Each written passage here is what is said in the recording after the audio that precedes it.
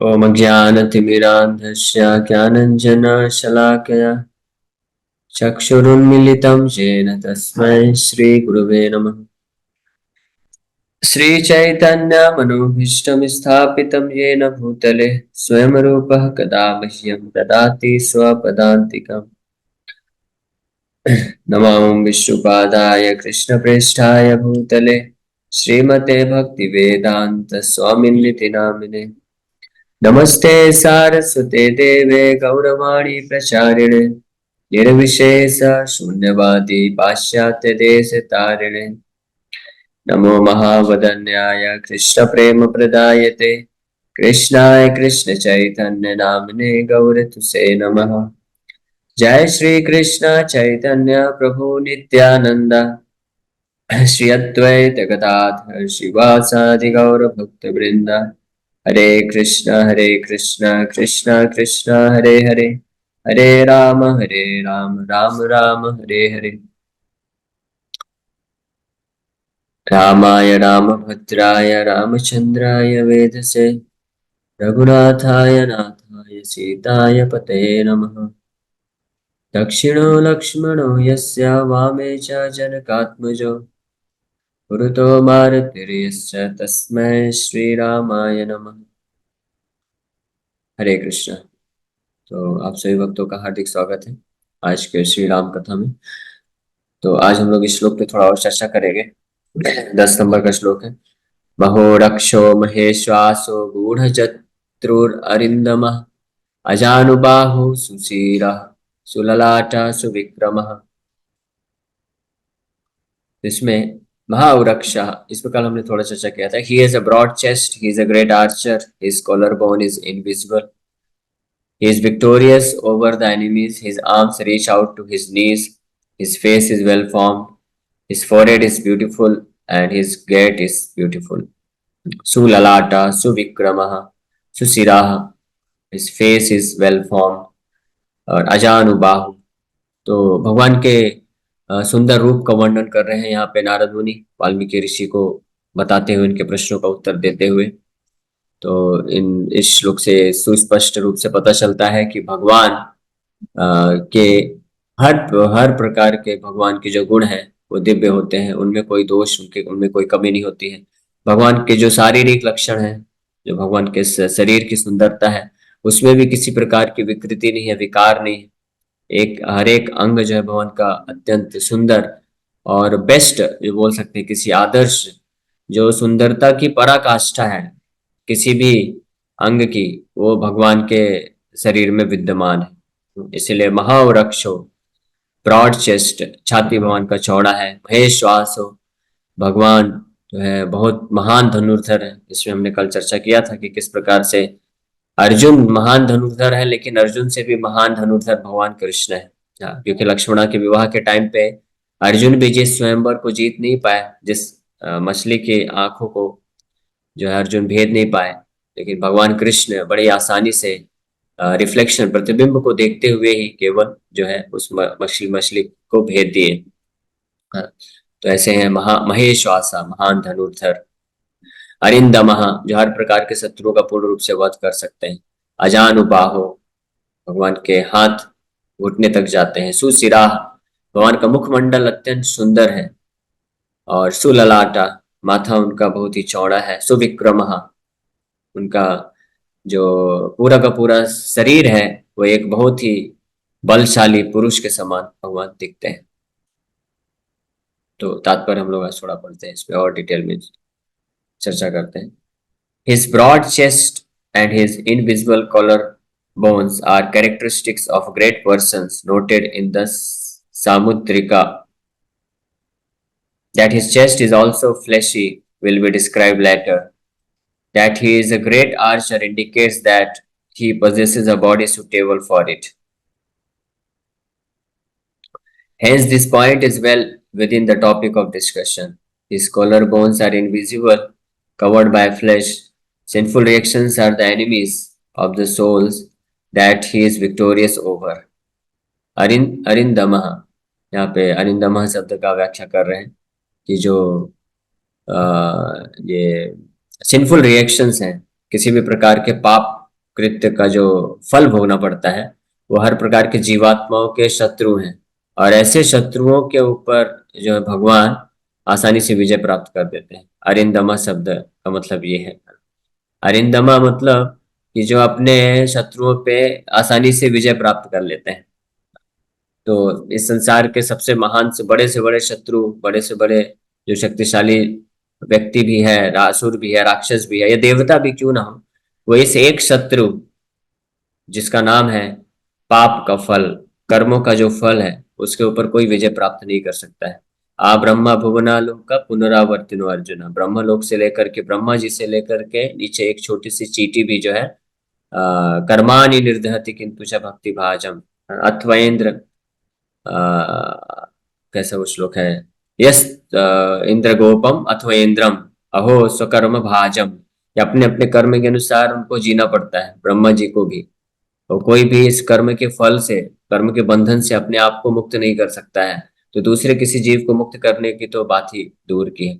लेकिन भगवान इस प्रकार का जो कर्म फल, कर्म कर्म बंधन रूपी जो शत्रु है, जो हर एक जीवात्मा को अपने जो है मुंह में निगल के रखा हुआ है, जिसके बंधन, जिसके चक्कर से कोई छूट नहीं सकता है, ऐसे शत्रु, महान शत्रु के भी भगवान अरिंदमा है।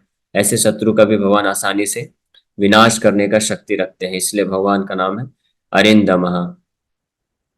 This is noted in the Shruti. अब भगवत भगवत गीता में भगवान कृष्ण बोलते हैं कि सर्वधर्मान परित्यज्य माम एकम शरणम व्रज अहम त्वाम सर्व पापेभ्यो मोक्षयिष्यामि मा शुचा, कि अगर आप मेरा पूर्ण रूप से शरण लेंगे तो मैं आपके समस्त पापों से आपको छुटकारा दिला लूंगा। इस संसार में कोई ऐसा व्यक्ति है, ये संसार मतलब पूरा भौतिक जगत, ब्रह्मलोक से लेकर के पाताल लोक तक, ऐसा कोई भी व्यक्ति या किसी भी देवता ने ऐसा क्लेम नहीं किया है कि आप मेरा पूरा शरण लो, मैं आपको सारे पापों से मुक्त कर दूंगा। हाँ, कोई ये बोल सकता है कि आप मेरा शरण लो, मैं आपको 10,000 रुपए दे दूंगा, आप मेरा शरण लो, मैं 1 करोड़ दे दूंगा, अंबानी 10 करोड़ दे देगा, या और कोई ज्यादा अमीर होगा तो 1 अरब दे देगा। या देवता होंगे वो बोलेंगे हम आपको पूरा पृथ्वी ग्रह दे देंगे, हाँ, ऐश्वर्य दे देंगे, स्वर्ग का वासी बना देंगे, आपको भी देवता बना देंगे। लेकिन महान से महान देवता भी एक नहीं बोल सकते हैं कि आप मेरा शरण लो पूरी तरह से, मैं आपको सारे कर्म बंधनों से मुक्त कर दूंगा, हाँ, और आपको अमृतत्वाय कल्पते, यानी अमर बना दूंगा, जन्म मृत्यु के चक्कर से छुटा दूंगा। कोई भी ऐसा नहीं बोल सकता। इनफैक्ट जब हिरण्यकशिपु ने इतना तपस्या किया था, 36,000 साल तपस्या किया ब्रह्मा जी का, ब्रह्मा जी को प्रणाम करते हुए, तो तपस्या से प्रभावित होकर ब्रह्मा जी आ गया, पूछे क्या चाहिए तुमको, क्या वर चाहिए। तो इतनी तपस्या, घोर तपस्या के बाद उन्होंने जो वर मांगा उससे उनको निराशा ही प्राप्त हुआ, क्योंकि वो वर मांगे कि मुझे अमर बनना है, मेरा कभी मृत्यु ना हो। तो ब्रह्मा जी बोले मैं खुद ही अमर नहीं हूँ, आपको कैसे अमर बना सकता हूँ। यानी ब्रह्मा जी भी उसके कर्म के फल को काट नहीं सकते हैं, आपको मरना है तो मरना ही है। वहीं दूसरी ओर जो भगवान हरि, भगवान कृष्ण का आश्रय लेते हैं, बड़ी आसानी से मृत्यु पे विजय प्राप्त कर लेते हैं। यहाँ तक कि जो शुद्ध भक्त है वो चाहे तो इसी शरीर को त्याग किए बिना भी भगवान के धाम जा सकते हैं। हम उदाहरण जानते हैं ध्रुव महाराज। ध्रुव महाराज भी मृत्यु के ऊपर, सिर के ऊपर पैर रख के भगवान के धाम, वैकुंठ यान में बैठ के भगवान के धाम गए। संत तुकाराम महाराज, अभी कुछ कुछ 100 साल पहले की बात है, तुकाराम महाराज भी वैकुंठ गमन किए, सदेह वैकुंठ गमन। हाँ, यहाँ महाराष्ट्र में पास में ही, मुंबई से पास में 2-2.5 घंटे के रास्ते में देहू क्षेत्र है, वहां आज भी वो वृक्ष है जहाँ पे गरुण देव आए थे, तुकाराम महाराज को लेके गए। तुकाराम महाराज ने क्या किया, कोई बहुत ऐसा तपस्या नहीं किया, केवल भगवान हरि का आश्रय लिए, भगवान हरि का नाम संकीर्तन किए, और इस प्रकार से उनको वो चीज प्राप्त हो गया जो बड़े बड़े देवता नहीं दे सकते। क्यों? क्योंकि भगवान अरिंदम है, हर प्रकार के शत्रुओं का विनाश करने का भगवान के पास शक्ति रखते हैं, हाँ, इसलिए यहाँ पे भगवान को अरिंदमा बोला गया है। और ये श्रुति, श्रुति मतलब वैदिक साहित्य, वैदिक शास्त्रों में, वेदांत में, उपनिषदों में भी इसका व्याख्या किया गया है। This indicates that his body is not caused by sinful reactions, that is karmic reactions, है ना। और इसका एक दूसरा संकेत ये भी मिलता है अरिंदमा से कि भगवान अपने भक्तों को सारे समस्त कर्म बंधनों से मुक्त करने का पूरा शक्ति रखते हैं। तो ऐसे भगवान जो दूसरे, जो व्यक्ति उनका शरण लेता है, उसके सारे कर्म बंधनों को, पाप को नष्ट करने का पूरा शक्ति रखते हैं, तो उन भगवान के ऊपर पाप कैसे अपना प्रभाव डाल सकता है। है ना, ये तो संभव ही नहीं है। ये तो वही बात हुई जैसे कोई कंपनी का बहुत बड़ा मालिक है जिसके अंडर में लाखों एम्प्लॉयज हैं जिनका वो पालन पोषण कर रहे हैं, और कोई बाहर व्यक्ति बोलता है कि वो कंपनी का फलाना फलाना मालिक पिछले 10 दिन से उसको खाने को नहीं मिला। हाँ, तो ये तो मूर्खता हुई ना। तो उसी प्रकार से जो लोग भी ये सोचते हैं कि भगवान के चरित्र, भगवान के कार्यकलाप में पाप हो जाता है, भगवान भी कभी पाप करते हैं, या भगवान के कुछ कार्यकलाप जो है उनसे वो पाप लगता है, तो वो उस ऊंचे दर्जे के मूर्ख हैं जो इस प्रकार से सोचते हैं कि कोई कंपनी का मालिक जो है लाखों लोगों को जो पालन पोषण कर रहा है, खिला रहा है, और वो कभी भूखा सो गया, है ना। तो ये तो असंभव है। तो इसी प्रकार से जो भगवान हर एक जीवों को कर्म बंधन से मुक्त करने का शक्ति रखते हैं, पाप से मुक्त करने का शक्ति रखते हैं, तो उनके ऊपर पाप कैसे आ सकता है। इसीलिए भगवान को अरिंदमा कहा गया है। It is simply revealed to us by his mercy, as described by the Smriti. Therefore, this description is also not out of place here. His face is well formed, that is, it is uniformly round and shaped like an umbrella. This is also a sign of a great personality, as described in Samudrika.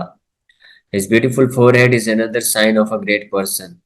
His beautiful gait is like that of an elephant, and so on, as noted in the Jagat Vallabha.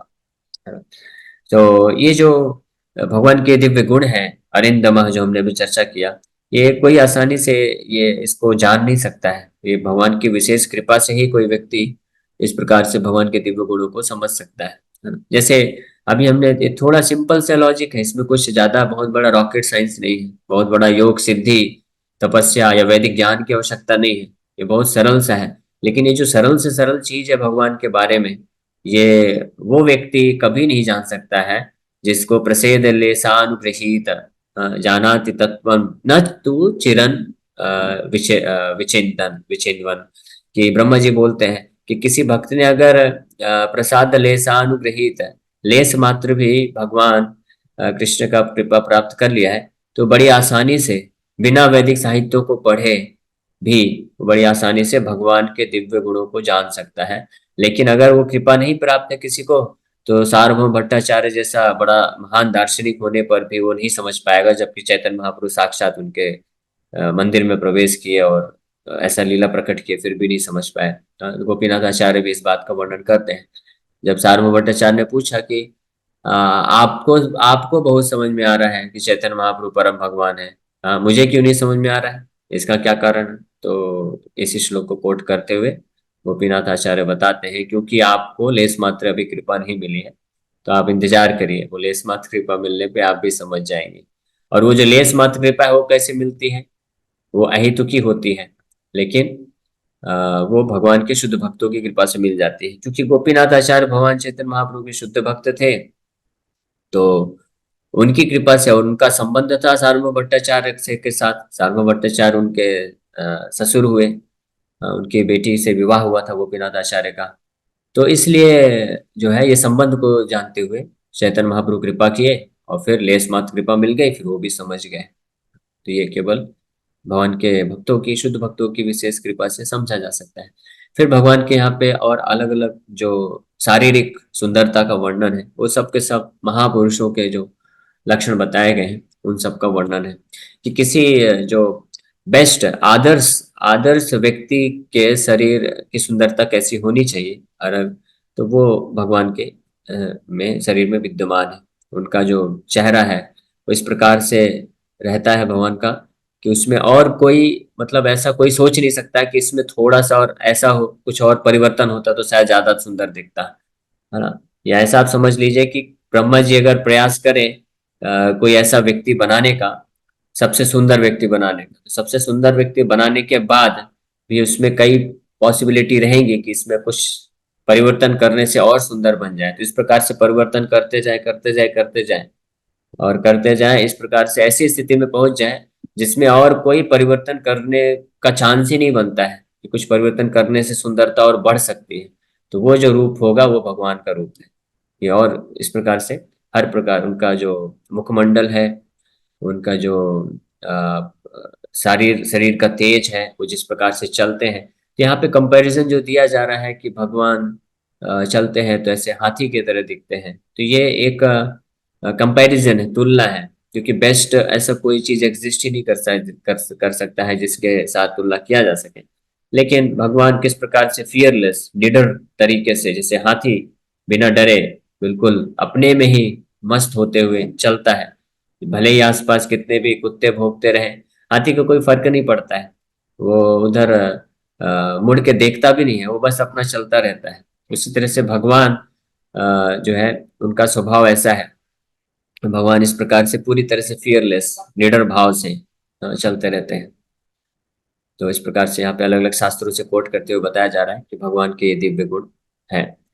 There is abundant scriptural evidence that the body of the Supreme Personality of Godhead is absolutely spiritual, not formed due to karmic reactions. In his commentary to Srimad Bhagavatam 11.5.30, Srila Vishwanath Chakravarti Thakur cites many important verses from various Vedic scriptures that clearly establish the absolute eternal nature of the personality of Godhead's forms. अभी चर्चा करते हैं कि भगवान का जो दिव्य सुंदरता है, जो स्वरूप है, रूप है, वो पूर्ण रूप से आध्यात्मिक है। उसमें कोई भी लेश मात्र भी भौतिक जगत के तीन गुणों का प्रभाव नहीं है। कर्म बंधन के कारण भगवान को शरीर नहीं मिलता है। इस संसार में जो व्यक्ति होते हैं, हम आप और जो भी व्यक्ति हैं, हमको जैसा शरीर मिलता है, जैसा रूप रंग मिलता है, तो हमारे पिछले कर्मों के अनुसार मिलता है। जिसका पिछला कर्म कैसा है, उसके अनुसार उसका अलग अलग रूप रंग मिलता है। जिसका जितना अच्छा पुण्य, ज्यादा पुण्य है, वो देवता बनता है और अच्छा सुंदर शरीर होता है। जिसका कम है तो वो मनुष्य बनते हैं संसार में, और कुछ तथाकथित miss world, miss universe, mister India, ये सब बन सकते हैं। जिनका और कर्म अच्छा नहीं है तो और उतने खूबसूरत नहीं रहते हैं। लेकिन भगवान का जो स्वरूप है वो किसी भी प्रकार के कर्म पे निर्भर नहीं है, जैसा कि कुछ तथाकथित दार्शनिक सोचते हैं। माया, इस विशेष रूप से मायावादी लोग सोचते हैं कि भगवान का भी जो स्वरूप है वो उनके भौतिक प्रकृति के प्रभाव से होता है। लेकिन विश्वनाथ चक्रवर्ती ठाकुर 11वें स्कंद के 5वें अध्याय के 30 नंबर श्लोक पे टीका करते हुए बहुत ही स्पष्ट रूप से कई उपनिषदों से प्रमाण देते हुए वर्णन कर रहे हैं। तो आइए हम लोग वो भी थोड़ा सा चर्चा करते हैं। गोपाल तापनी उपनिषद, फर्स्ट चैप्टर, वर्ष नंबर 38, पहले अध्याय के 38 नंबर श्लोक में ये उपनिषदों और वेदांत सूत्रों का ही कमेंट्री क्यों दिया जा रहा है विशेष रूप से, ये बहुत ही महत्वपूर्ण है। क्योंकि ये जो दार्शनिक है, मायावादी हैं, ये लोग विशेष रूप से उपनिषद और वेदांत सूत्र ही पढ़ते हैं। तो हम लोग जब इन उपनिषदों के टीकाओं से समझेंगे तो हम समझ पाएंगे कि किस प्रकार से जब ये इस प्रकार के श्लोकों के समक्ष वो लोग आते हैं, मायावादी लोग, तो कैसे अंधे हो जाते हैं या नहीं समझ पाते हैं। इस बात का वर्णन है। यहाँ तक कि द ग्रेट इम्पर्सनलिस्ट, सबसे बड़े निराकारवादी, ब्रह्मवादी या मायावादी, जो भी बोले, वो है नहीं वास्तव में ऐसे, लेकिन उन्होंने रोल ऐसा किया, आदि शंकराचार्य। हाँ, तो उन्होंने अपने लास्ट में उन्होंने इस बात को स्पष्ट रूप से बोलते हैं, नारायणो परो अव्यक्तात्। नारायण जो है परे हैं, सारे तीनों भौतिक गुणों के परे हैं। अव्यक्तात् मतलब किसी भी भौतिक तरीके से उनको नहीं समझा जा सकता है। हमारे मन, बुद्धि और इंद्रियों के माध्यम से हम उनके शरीर के लक्षणों को, स्वरूप को, गुणों को नहीं समझ सकते हैं। वो पूरी तरह से भौतिक तत्वों से परे हैं। तो गोपाल तापनी उपनिषद में बोला जा रहा है, गोविंदम सच्चिदानंद विग्रहम वृंदावन सुरभूरः तलासिनम सततम समरुद्गणो अहम परमया स्तुतया तोषयामि। गोविंदम सचिदानंद विग्रह, बड़े स्पष्ट रूप में यहाँ पे पता चल रहा है ना, कोई भी समझ सकता है। इसके लिए वो संस्कृत का ज्ञान का आवश्यकता नहीं है कि गोविंद जिनका विग्रह है, विग्रह मतलब स्वरूप क्या है, सचिदानंद विग्रह है। और ऐसे ही ब्रह्म संहिता में ब्रह्मा जी भी बोलते हैं, ईश्वर परम कृष्ण सच्चिदानंद विग्रह। तो with transcendental prayers, I and the Maruts are always trying to satisfy Lord Govinda, whose personal form is eternal and full of knowledge and bliss, and who is sitting amidst the celestial desire trees of Vrindavan. तो ये प्रार्थना गोपाल तापनी उपनिषद में प्रार्थना अर्पण किया जा रहा है। यहाँ पे नाम तो मेंशन नहीं है कौन प्रार्थना अर्पण कर रहा है, बट ऐसा प्रतीत होता है कि ये प्रार्थना या तो शिव जी के द्वारा या ब्रह्मा जी के द्वारा अर्पण किया जा रहा है। यहाँ पे बोल रहे हैं कि मैं और जितने भी मरुतगण हैं वो सब भगवान गोविंद को सेटिस्फाई, संतुष्ट करने के लिए प्रार्थना करते हैं, जिनका विग्रह, जो शरीर है, वो सच्चिदानंद है, पूर्ण रूप से आध्यात्मिक है, उसमें कोई विकार नहीं है। Similarly, in his Vedanta Bhashya, Srila Madhvacharya cites the following passage from the Shruti. अब ये ध्यान से सुनिएगा, ये बहुत बड़ा है।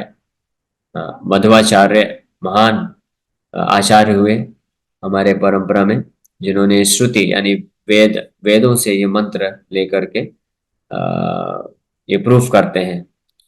वे इन इस वेदांत भाष्य, सॉरी वेदांत सूत्र है, उसके भाष्य में श्रील मध्वाचार्य जी लिखते हैं, वासुदेव संकर्षण प्रद्युम्न अनिरुद्धो अहम मत्स्यः कूर्मो वराह नरसिंहो वामनो रामो रामो रामः कृष्णो बुद्धा कल्किर अहम सतधाहम सहस्राधाहम अमितो अहम अनंतो अहम नैवैते जायन्ते नैवैते म्रियन्ते नैषाम् अज्ञान बंधो न मुक्ति सर्व एव हि एते पूर्ण अजरा अमृताः परमाः परमानंदाः। तो अलग अलग जितने भी अवतार यहाँ पे शुरू में पहले नाम लिए और फिर फाइनली बताए कि वो कौन है, सबके सब पूर्ण अजरा अमृता परमाः और परमानंदा, सच्चिदानंद, पूर्ण रूप से आनंद, अजरा अमृता मतलब सत, और परमः और अज्ञान बंध से मुक्त, पूर्ण रूप से ज्ञान यानी चित्त। तो वही सेम चीज सच्चिदानंद विग्रह के रूप में इस श्लोक में भी वर्णन किया गया है। तो इसका हम लोग पूरा डिटेल में नहीं जाएंगे, लेकिन सार यहाँ पे है कि अलग अलग उपनिषदों में और वेदांत सूत्रों में भी भगवान का ये जो दिव्य रूप स्वरूप का वर्णन नारद मुनि यहाँ पे कर रहे हैं। तो यहाँ पे ये वर्णन है कि उनका जो शरीर है वो दिव्य है, आध्यात्मिक है। इसी तरह से ध्यान बिंदु उपनिषद में भगवान के शरीर के और उनके दिव्य गुणों के बारे में बताया गया है कि वो सच्चिदानंद है। फिर वासुदेव उपनिषद में भी बताया गया सदरूपम अद्वयम ब्रह्म मध्याद्यंत विवर्जितम स्वप्रभवम सच्चिदानंद भक्तया जानाति चाभयम। स्वप्रभवम सच्चिदानंदम, उनका जो स्वरूप है वो सच्चिदानंदम है, लेकिन उसको भक्तया जानाति च अव्ययम, भक्ति के माध्यम से ही कोई भक्ति उनको इस रूप में समझ सकता है, अन्यथा समझ नहीं सकता है। ये वासुदेव उपनिषद में बताया गया है। फिर ब्रह्मांड पुराण में बताया गया है नंद व्रज जनानंदी सच्चिदानंद विग्रह। हाँ, जो the body of the Lord who gives ecstasy to the residents of King Nanda's pastures is eternal, full of knowledge and bliss. नंद ब्रज जनानंदी, नंद महाराज के जो ब्रज हैं उनके जनों को आनंद प्रदान करने वाले कृष्ण, उनका विग्रह रूप कैसा है, सच्चिदानंद है। इसी तरह से महावराह पुराण में भी बताया गया है सर्वे नित्यः शाश्वताश्च देहस्तस्य परमात्मन आनोपदान रहिता नैव प्रकृति जा कवचित न एव प्रकृति जा क्वचित। प्रकृति मतलब भौतिक प्रकृति, तीन गुण, जा मतलब जन्म लिया, यानी भगवान का जो शरीर है निश्चित रूप से बिल्कुल भी इस प्रकृति के भौतिक प्रकृति के तीन गुणों से जन्म लिया है, ऐसा बिल्कुल भी गलत है। उनका जो शरीर है, the bodies of that supreme soul are all eternal and प्रीमिकल, है ना। तो प्रश्न उठता है विशेष रूप से, कई लोग आपको यह प्रश्न पूछेंगे कि कृष्ण तो जन्म लिए, देवकी माता, कृष्ण अगर भगवान है तो उनके माँ बाप कैसे हुए, राम अगर भगवान है तो उनके माँ बाप कैसे हुए, वो तो जन्म लिए, तो जन्म लिए मतलब हमारे जैसे हुए।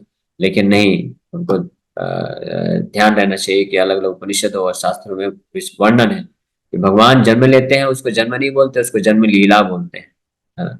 जन्म कर्म च मे दिव्यम एवं जो वेति तत्वतः, कि भगवान का जन्म और कर्म दोनों क्या है, हर चीज दिव्य है। ओ सॉरी, टाइम हो गया अभी क्वेश्चन आंसर का समय, ठीक है। तो हमने इस प्रकार से नरसिंह पुराण, बृहद वैष्णव स्मृति और महाभारत, इस प्रकार से महाभारत, तो आप देख सकते हैं। ये बस हम लोग पूरा डिटेल में जाने की आवश्यकता नहीं है, श्रीमद् भागवतम के भी कोट है। तो यहाँ पे सारे श्लोकों में विष्णु भागवतम फाइनली कोट करके इस बात को यह प्रमाणित किया जा रहा है कि यहाँ पे जो दिव्य रूप और स्वरूप का वर्णन नारद मुनि कर रहे हैं, उसको कभी भी मटेरियल भौतिक मत समझिएगा।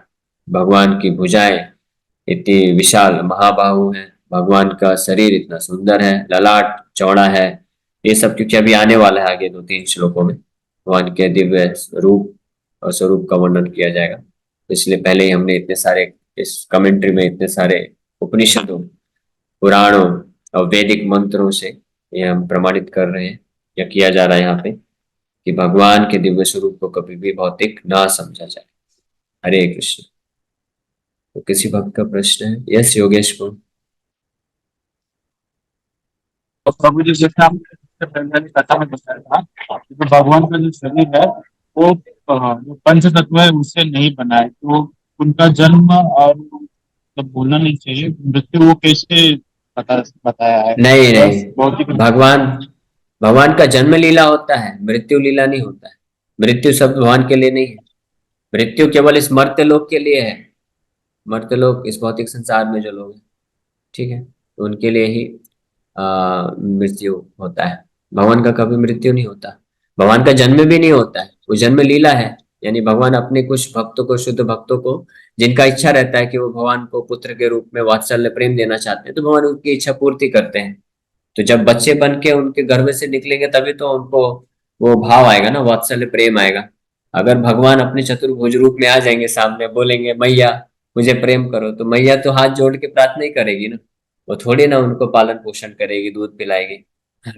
और ऐसा हुआ ही था, कृष्ण जब चतुर्भुज दिखाए तो देवकी और वसुदेव दोनों प्रार्थना अर्पण करने लग गए, तो भगवान वापस से छोटे से जो लल्ला के रूप में उनके सामने आ गए, तब वापस से प्रेम उमड़ गया देवकी माता का। फिर उनको जानती हैं कि ये भगवान है, लेकिन फिर भी जो है वो चिंतित हो जाते हैं कि कहीं कंस मार न दे, जल्दी से इनको लेके जाओ, वसुदेव जी को बोलती हैं। इसलिए भगवान का लीला है। और भगवान का मृत्यु कभी नहीं होता। क्लियर कट भागवत के 11वें स्कंद में वर्णन है। भगवान जो है इस भौतिक संसार को छोड़ करके स्वधाम उपगता, अपने धाम को चले गए भगवान। इस प्रकार से भगवान कृष्ण गए, लीला संपन्न की। ठीक है, तो इसमें कभी भ्रमित नहीं होना चाहिए। बहुत सारे लोग जो हैं अलग अलग फैब्रिकेटेड, मैन्युफैक्चर्ड, यानी अपने मन से बनाई हुई कुछ स्टोरी सुनाएंगे कि भगवान इस प्रकार से, भगवान का मृत्यु हुआ, ऐसे ऐसे हुआ। लेकिन हमको प्रमाणिक स्रोत ही पढ़ना चाहिए। भागवत जो है प्रमाण है, पुराण प्रमाण है, उपनिषद प्रमाण है। तो इन प्रमाणिक स्रोतों में साफ साफ बताया गया है कि भगवान का शरीर दिव्य है, कभी भगवान का जन्म मृत्यु नहीं होता है। ठीक है, हमको भ्रमित नहीं होना चाहिए। हरे कृष्ण। हरे ओके। सभी प्रभु जी थोड़ा सा वो उसी में एक था कि वो जो श्री कृष्ण जी का जो जैसे वो बाण लगा के वो दिखा है, बताया है, वो कैसे समझना चाहिए उसको प्रभु जी? हाँ, वही तो मैं समझाया कि भागवत में ये वर्णन है कि भगवान के अंगूठे पे उजारा नाम के उसने, शिकारी ने बाण मारा। लेकिन वहां पे ये पूरा वर्णन पढ़ना चाहिए ना, कि भगवान जो है स्वधाम उपगता, अपने धाम को चले गए वहां से। और सारे देवता ओके। लोग इस बात को ऑब्जर्व करते हैं। ठीक है, तो भागवत प्रमाण हमको उसी को स्वीकार करना चाहिए। ओके। हरे यस प्रभु। कृष्णा। हरे कृष्ण। समय हो गया है। Thank you very much.